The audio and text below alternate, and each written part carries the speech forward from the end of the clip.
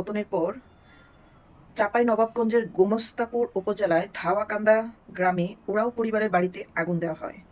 তো সরকার পতনের পর দুটি গ্রামে ক্ষুদ্র জাতিসত্তা ওরাওদের ওপর হামলা হয়েছে। তাদের বাড়িঘর, বসতবাড়ি ভাঙচুর, আগুন এবং আমের বাগান কেটে দিয়েছে দুর্বৃত্তরা।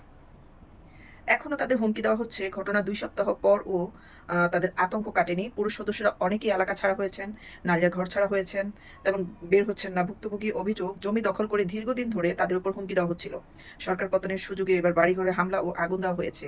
কেটে দেওয়া হয়েছে তাদের ৩ বিঘার আমের বাগানটিও। তো চাঁপাইনবাবগঞ্জের গোমস্তাপুর উপজেলার ধাওয়াকান্দা গ্রামে ৫ই আগস্টের রাতে ওরাও পরিবারের উপরে যে আগুন আর ভাঙচুর করা হয়, ওই গ্রামে ৬০টি পরিবারের মধ্যে ৩০টি ওরাও পরিবার। ওই পুরো গ্রামের মধ্যে ৬০টি পরিবারই বসবাস করে। তো এর পাশে ৮ই আগস্টে রাতে নওগাঁ নিয়ামতপুর উপজেলার ইকরাপাড়ার ওরাও পরিবারের প্রায় ৩ বিঘা জমির ৫৩০টি আম গাছ কেটে দেওয়া হয়। এখানে ৭৭টি পরিবারের মধ্যে রয়েছে ৪৮টি ওরাও পরিবার, মানে বিচ্ছিন্ন দুটি জায়গায় একই ঘটনা ঘটে। ক্ষুদ্র জাতিসত্তার নেতা বঙ্গপাল সর্দারকে সঙ্গে নিয়ে গত বৃহস্পতিবার সকালে নিয়ামতপুরের ইকরাপাড়া গ্রামে যান একজন প্রতিবেদক। বাড়িতে পুরুষ সদস্য নেই। কয়েকজন নারী বাড়ি থেকে বের হয়ে ক্ষতিগ্রস্ত আম বাগানগুলো নিয়ে ঘুরে দেখিয়েছেন। কয়েকটি ওরাও পরিবার মিলে ৩ বিঘা জমিতে ওই আমের বাগান করেছিলেন।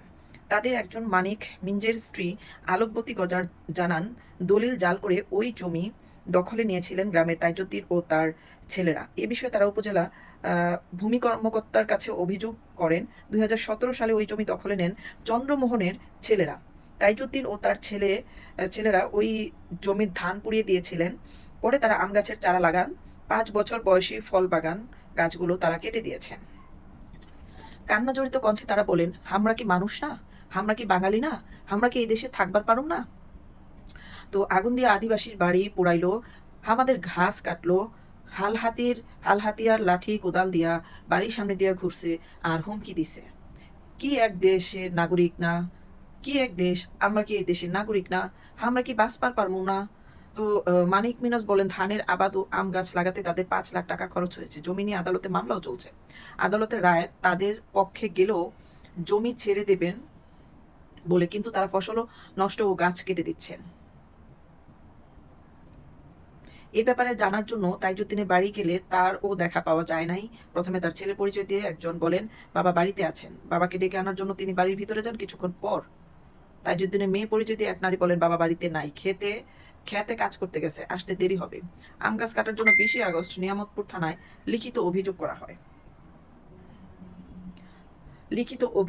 হয়। গতকাল শনিবার থানার ২ জন কর্মকর্তা ঘটনাস্থলে পরিদর্শন করেন।